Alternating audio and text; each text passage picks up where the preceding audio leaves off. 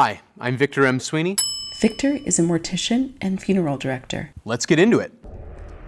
This situation would be incredibly illegal. Most states have a system by which they track a body from the time of death until the time where they are either buried or cremated.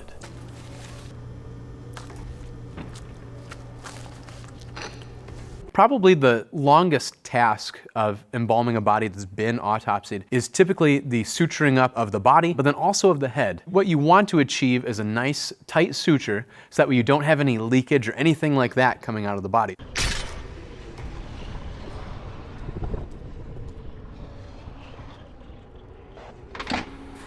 Where to begin? Okay, right away, the deceased has a drain tube in his right jugular, but there doesn't appear to be any sort of insertion for the embalming machine. Now, it's possible it could be going into his femoral artery down on his thigh, but it just seems peculiar that he's going to be draining blood without also introducing any fluids into the system as well. Also, this guy is wearing no personal protective equipment. He's wearing a smock, yes, and gloves, but he's wearing his daytime clothes. He should be in a gown, in a smock over that, 2 pairs of gloves, a face mask, a face shield over top, a hairnet, and shoe covers. And as you can see, he's wearing none of that. So if you were to have blood splatter, let's say, that guy's shirt is getting ruined.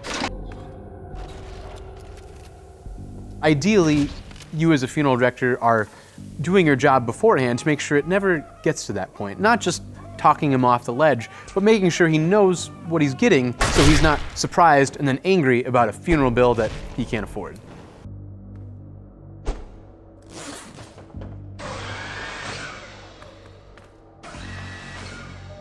This is a great example of how to throw your back out. Probably the proper way to do this would be to have one of the directors roll the body, and then there's what's called a slider board. It's like a thin plastic, almost like a stretcher, that can go underneath the body. So we'd roll them, put the slider board underneath, lay them down upon the board, and then actually both of you go around to the cot side and pull them off the bed and onto the cot that way, working together. Conclusion.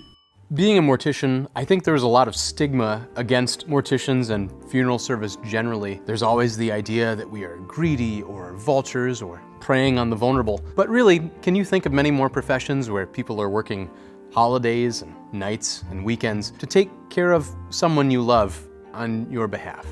As we're all going to experience, or maybe we've experienced already, death is a part of life.